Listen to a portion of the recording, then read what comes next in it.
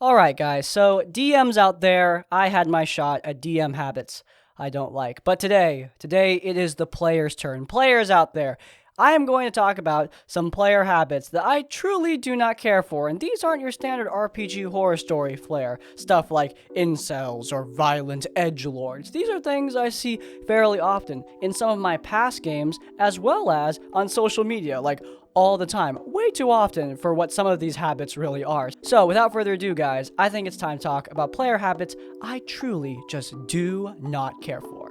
Let's get started.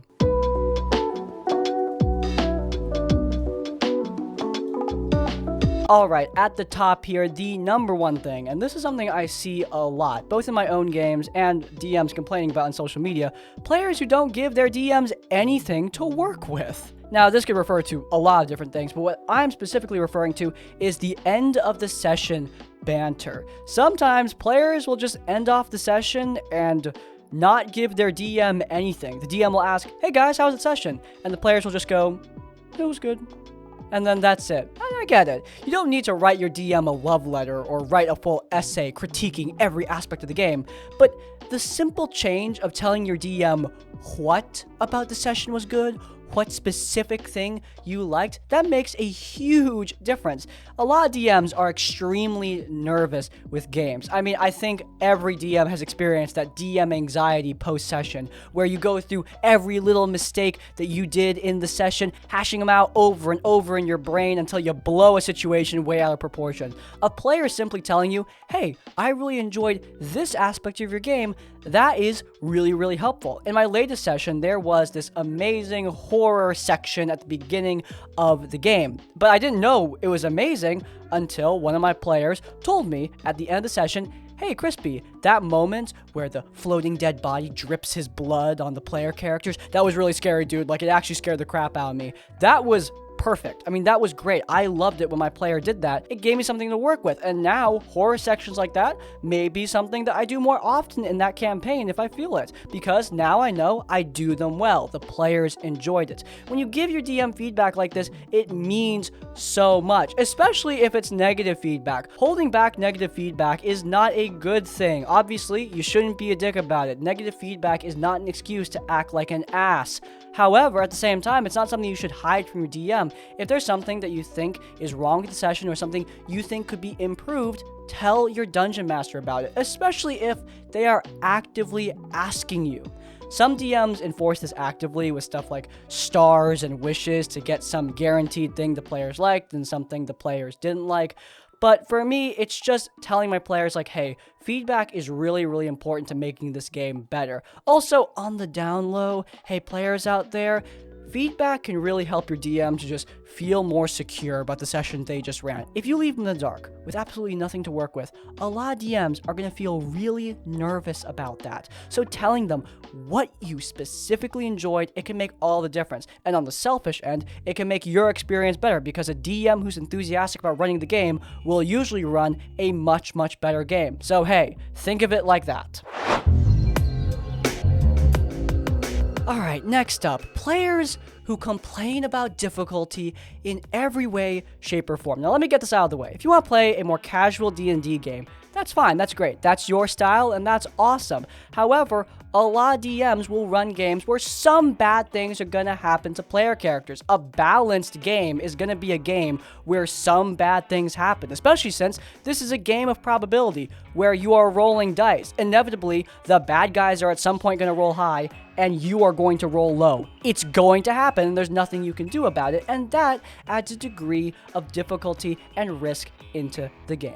Now, I get really irritated when players rage against the DM whenever they take damage or suffer a negative status condition. Now, in the latter, I kind of get it. There are some status conditions that are really stupid. Stunned, in a lot of cases, I think is a dumb status condition. I much prefer Dazed as a status condition, which you can check out a little bit more info on Dazed in my Werewolf homebrew, but anyway. I don't like a lot of status conditions, so I get it, but stuff like Dazed or Poisoned or penalties to movement or exhaustion, those are much more reasonable status conditions that some players absolutely cannot handle. I had one player in a Curse of Strahd game who couldn't even handle the idea of getting bitten by a werewolf, raging against me when a werewolf even attacked in his direction. He wasn't even bitten by the dang thing, but he was so pissed because the concept of him being bitten by a werewolf, the concept of his character taking heavy damage, it was just too much for him to bear. And I'm here to tell you guys, that is really dumb. Look, like I said at the top, if you want a casual D&D game, you can find one, and I'm sure they're out there, and you can run a much more relaxed, laid-back experience. But a lot of D&D games are going to have some difficulty. Some stuff is going to go wrong. You don't need to rage at the DM whenever that happens. It's part of the game. You're going to take damage. You're going to suffer negative status conditions. Your character might die. I don't know. Depends on what happens. Way too often I see DMs getting dissuaded from challenging their players in any way because they see the online discourse of people who are freaking out about games they aren't even in, where DMs are challenging their players with debuffs and damage. Oh god. Now, I get it. I do get it. There are definitely hostile DMs out there. We talked about them in the last video. We talk about them in RPG horror stories like all the time. There are plenty of stories about DMs who just want to kill their players. But DMs who want to challenge their players, that's not the same thing. I'm still on my player's side when I'm trying to challenge them. I still want them to win. In fact, when they win against a foe that I know is challenging, it makes me so much happier. There was a fight they won that I thought they would lose. Before the session, a player couldn't join, and the fight was balanced for 5 people. So I went into that session thinking, oh boy, the players are gonna have to retreat. But through some clever ability use, they managed to irk their way through, and that was awesome. I mean, they took some major hits along the way, but because none of them freaked out, they kept their heads screwed on and persevered through, they managed to have an epic victory. In sessions where my party loses, that's some of our favorite sessions as well because it adds so much tension and risk to the game too. So yeah, don't rail against your DM for any kind of difficulty. And if you want a casual game, find a casual game. Alright, next up, and this is one that is tangentially connected to the last one, players who play very selfishly. D&D is naturally a team game, and for a lot of encounters, especially difficult ones, it's going to require the team to work together in some way. It's going to require healers to, like, heal the party, and tanks to take the hits, and spellcasters to maybe use a spell slot to buff a party member rather than casting Fireball. And yeah, sometimes selfish play can get taken way too far. For example, if you are spamming shield rather than suffering a single point of damage, you can't run to me and then immediately complain that you are unable to cast Cure Wounds because you're out of spell slots. Because that is your fault. You can't play selfishly and then complain when the team inevitably needs you, especially since that doesn't really necessarily piss me off only as a DM. As a player, it's also very frustrating. It especially gets bad with spellcasters in my experience. Marshals kind of have to play the offensive role. A lot of marshals don't have options to buff the rest of the team, at least in the games that I've been running and the specs that my players pick. However, there are absolutely times where spellcasters could be helping out other members of the party, but instead choose to just help themselves, usually to a needless degree. That shield spamming example that I talked about earlier was completely unrequired. The character in mind had full hit points, they hadn't taken any damage yet, and they could absolutely suffer at least 1 hit before going down, but because they kept on spamming shield, they were out of spell slots and therefore couldn't help the rest of the party. This is a situation I see so often with so many different spells and so many different players. Another great example is the classic Paladin Warlock multi-class build where they place down darkness and then spam attacks until they get criticals. This build is naturally extremely selfish because the darkness has a radius and you are probably the only person who can see through it. So if you place that on a monster and the party are trying to fight that monster, they can't see it anymore. So essentially, you are the only person who can effectively play. That is effective for you. It's a very powerful build, but it's extremely selfish. No one else can do anything. D&D is a team-based game. Being selfish in combat, especially when it's intentional, is not great. You can take a hit for the team and survive, or at least, you can do it if you're not a level 1 wizard. But, that's beside the point. Look, Selfish play isn't going to help you, and a lot of the time, it's not going to be the most optimal or most fun thing. Try being a team player, and I think you're going to have a lot more of a good time. Alright, next up, we're jumping into out-of-game stuff with having unreasonable requests. This is... okay, well, a lot of people talk about unreasonable expectations, the Matt Mercer effect, and I actually think this is kind of a discussion that is overbloated in many ways. I think the Matt Mercer effect is something that has happened, and that happens. People who have unrealistic expectations for what the game is. However, I think that the discussion around that kind of blows out of the water the discussion that I want to have here, which is players who have unreasonable requests for their dungeon master. For example, I commented in a previous episode that I don't have hobgoblins in my world. From a lore perspective, aesthetically, etc., they don't really fit into the world that I'm creating, and other species fill their same niche. So I don't really see a point in me developing an entire new species for what's essentially no reason. Somebody commented that that's stupid, and I should include a plot where a girl finds a magic genie lamp and wishes hobgoblins into existence, and could be the, plot hook for a future game or something. I don't know what they were intending, but my point is, that's dumb for, multiple reasons, but the main one being that you're asking me to include an entire new race in a game you're not even playing, because... why again? This isn't just something that I get from random YouTube commenters, by the way. This is something that players in past games have done to me, where they ask for sweeping major additions to lore. Now, I think player additions to lore are awesome. In fact, if you've watched Shadow of Carconos, Masao Takeda is a character in that show, and his whole backstory and hometown and culture all developed by Jacob, the person behind that character. I didn't write any of it. I picked out an empty spot on the map where I hadn't developed much, and Jacob went ham, creating a one-paragraph description of a culture that fit perfectly into my world. Some of the lore things needed to be adjusted since he wasn't fully knowledgeable about the homebrew I was running. However, I was perfectly cool to make those adjustments. It was a great piece of homebrew.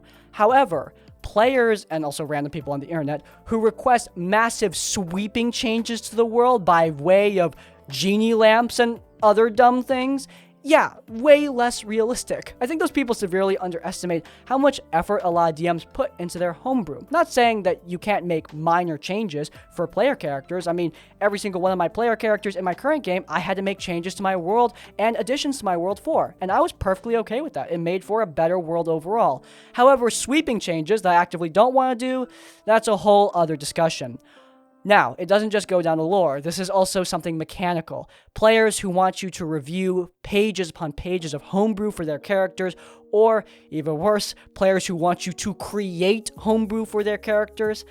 Yeah, this is something that I also get peeved over. It's not so much if they just request it. If they request and I say no and they take it on the chin, we're all good. But players who have a demanding attitude about the things that I create for my game, that is totally different. Now, just like the homebrew example, this isn't bad in every case. Currently, my game is going in a transitionary period.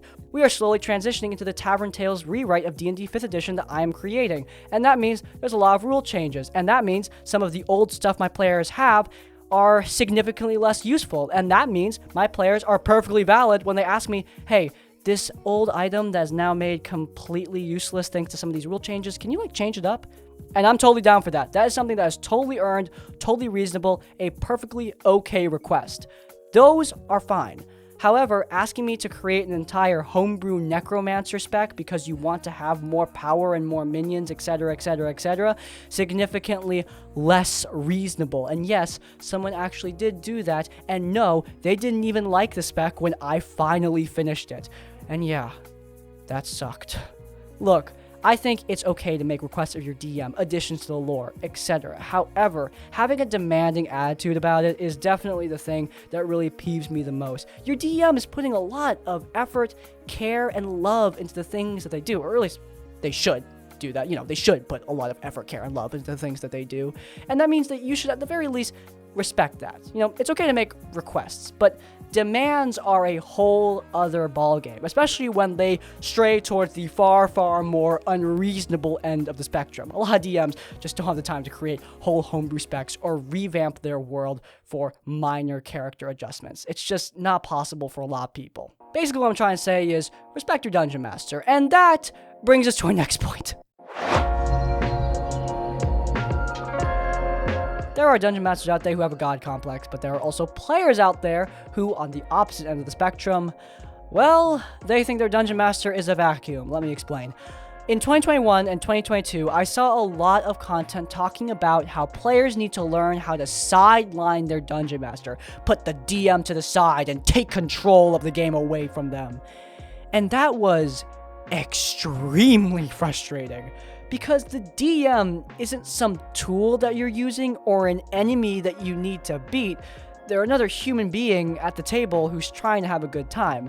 Now, yes, their job is to facilitate your enjoyment of the game, but they also need to facilitate their own enjoyment of the game. And hell, as a player, maybe you should be putting in some backbone to do that, you know?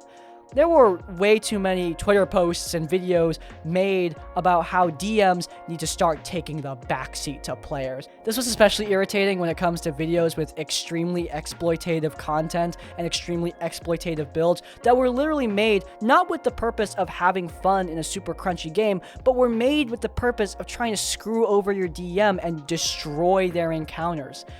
Is that really necessary? Sure, there are definitely going to be games where that is fun, but in games like mine and many other Dungeon Masters, that's going to be just extremely frustrating. This whole movement is less popular now. I haven't seen people posting about it recently. Turning DMs into a sideliner isn't something I see, and that's good. I think that that's really good. Thank God for that. But for the love of God, the sentiment still lingers in my brain just because of how much it really royally ticked me off at that point. DMs are not someone that you need to defeat. They're someone you should be working with. It's a collaborative game, remember? Not a competitive one. And by the way, I mentioned exploitative builds before. This isn't me trying to rail against min-maxing by any means. I like it when my players create really powerful builds. It helps me to create really powerful monsters. I don't want to kill them instantly. I like it when they do things that are crazy to defeat my bad guys, because frankly, if they don't, they're gonna die, so I'd rather that not happen. However, at the same time, creating things with the explicit purpose of ruining your DM's game, it's the mentality that's the problem. Having a powerful build is cool as long as it fits into the game, but creating a powerful build specifically so that it can break the game, that is toxic. It's stupid. It's competitive in a cooperative game, and it's needless. DMs also deserve to have fun at these games. I mean, often DMs put in hours upon hours of work into it. And seeing that there are players out there who just want to troll their DM out of the game, yeah, that really royally annoys me. Your goal isn't to beat the Dungeon Master. Your goal is to beat the monsters that they put in front of you. That change of mentality means so much. I think a lot of this video just boils down to treat your DM with respect. Facilitate their enjoyment as well as your own. Have a good time alongside them and engage in the cooperative nature of Dungeons and Dragons. I think the real thing that ticks me off about players, some players, that is, not all players, is players who treat this game with a competitive edge, who want to beat other players, who want to beat the Dungeon Master, who play extremely selfishly. I think that can summarize basically everything I talked about here. Remember, you're trying to have fun with people, not despite people. There's a good quote for the ages. And with that, I think that those are all the pet peeves I have for you today. That was a lot of fun. Got some things off my chest. It felt great to do that. If you guys enjoyed, then please do leave a like.